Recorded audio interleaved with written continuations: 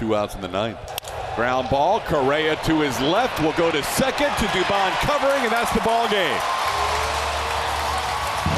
Astros win it 6-3, and they're now a half game back of Seattle in the AL West.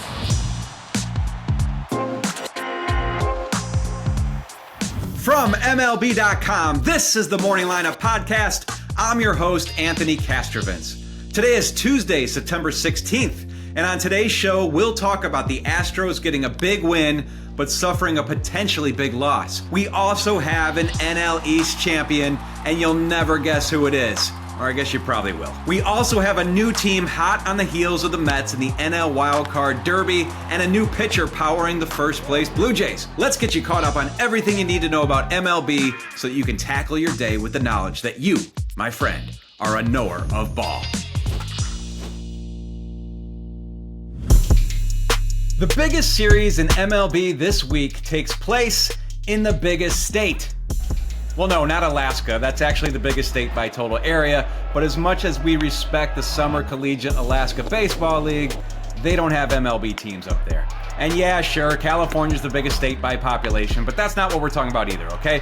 We're talking about the largest state on the map in the contiguous U.S. You got it?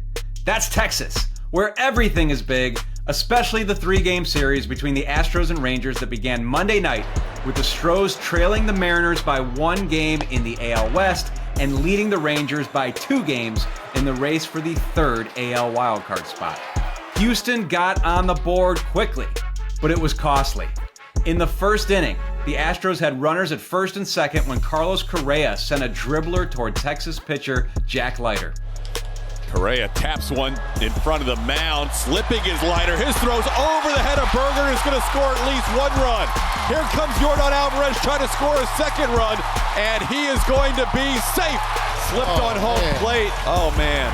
Yordan Alvarez scored standing up on that play, but he landed awkwardly on the plate and limped all the way back to the dugout. He left the game with a sprained left ankle. It's yet another injury bummer for the Astros' best hitter, who just returned in late August after missing nearly 4 months due to a hand injury. In his first 18 games back, Yordan hit .369 with 3 homers and 4 doubles. So yeah, losing Alvarez, who will get an MRI today, for any length of time with this race so tight would be a blow. And the Astros would also lose that early lead, with the Rangers scoring 3 off Jason Alexander in the 5th.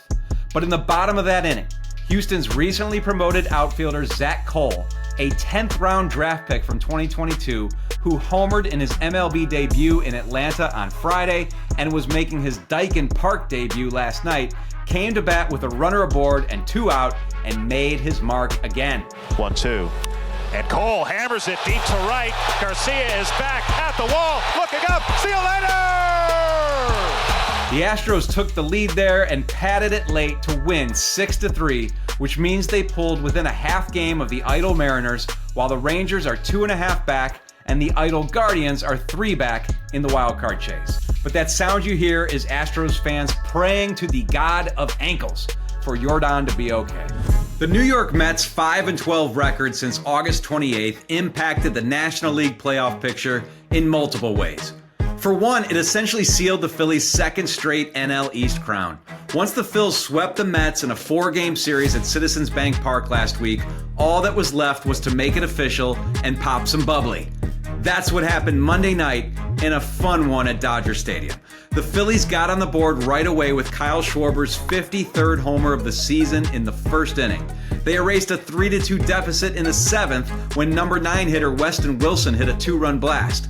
And after reigning NL Player of the Week, Mookie Betts hit a solo shot in the bottom of the 7th to tie it at 4, another future Hall of Famer, Bryce Harper, gave Philly the lead back in the top of the 8th. Fly ball, right center field. That's hit well. Going back is call. It is gone. Home run, Bryce Harper. And the Phillies have retaken the lead. The Phillies had a 5-4 lead and their closer, Joan Duran, on the mound in the 9th. But Andy Pahe said, "Let's keep playing." Home with an 0-2. High fly ball to left field. We are tied. Pages gets to run. Off they went to the 10th, tied at 5, but the Phillies were able to get the automatic runner home on a JT Realmuto sacrifice fly before veteran reliever David Robertson closed the door for the 6-5 win and got the party started. But great team win today, and obviously we got a long ways to go. Yeah. But we want to end the year on a good note, get that 1 or 2 seed, and be able to do this 3 more times. The other effect of the Mets slide is that a couple clubs who actually waved the white flag at the trade deadline has suddenly sprung to life late. Those 2 clubs are the Giants and Diamondbacks, and they faced each other in the opener of a set at Chase Field on Monday night. Though San Francisco called up its top prospect, gigantic first baseman Bryce Eldridge and his power bat, to make his debut at Chase Field, it was the D-backs who did the slugging in a 6-run sixth, highlighted by James McCann breaking it open. McCann swings, sends a high, deep drive. Left field, McCann likes it. He loves it because it's gone. Behind ample offense and a strong start from Zach Gallen, the D-backs won 8-1 to improve to a game over 500. Despite losing signature offseason signee Corbin Burns to Tommy John surgery in early June and going 9-16 in July to spark a summer sell-off, the D-backs are now just 1.5 games back of the Mets. Snakes alive.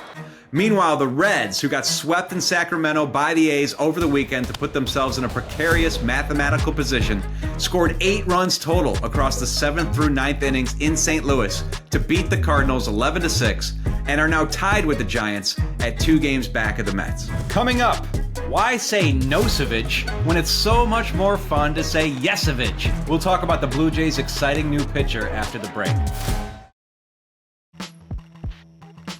Trey Yesavage has seen a lot of professional baseball levels this season, and he's rocked them all. The 2024 first-round pick has raced through the minors, pitching in A-ball, high A, double A, and triple A, and striking out 160 batters over 98 innings. All that was left was to reach the big leagues, and that's what the 22-year-old right-hander did in a dazzling debut Monday night in Tampa, where he allowed just a run on 3 hits with 2 walks and 9 strikeouts across 5 innings, in which his hellacious splitter was a wonder. His 19 total swinging strikes were the 5th most by a debuting pitcher in the pitch tracking era, dating back to 2008, and he did it on only 69 pitches. Swing and a miss. Simpson chases a splitter and 9 strikeouts through 5 innings for Trey Yesavage. Oh, and the Blue Jays won. They plated the go-ahead run on a George Springer RBI single in the top of the 11th and beat the Rays 2-1. What's more, the Yankees got drilled by the Twins in a 7-0 loss in Minnesota. So Toronto's AL East lead is now 5 games, and the Jays hold the tiebreaker over the second-place Yanks and the third-place Red Sox.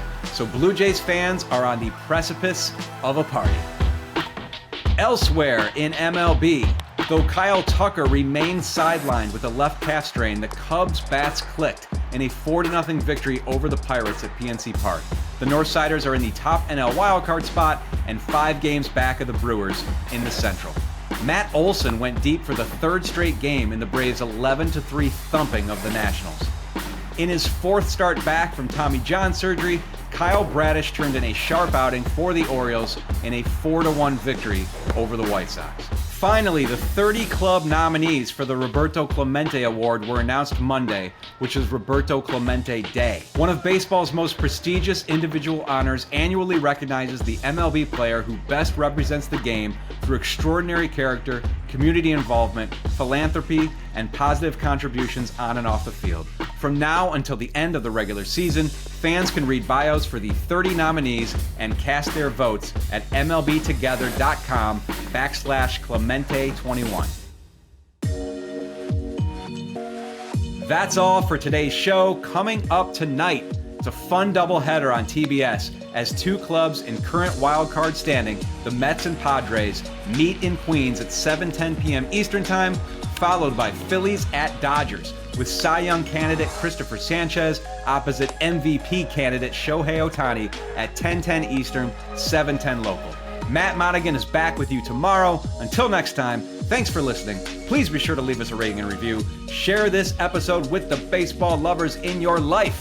And have a great day, everyone.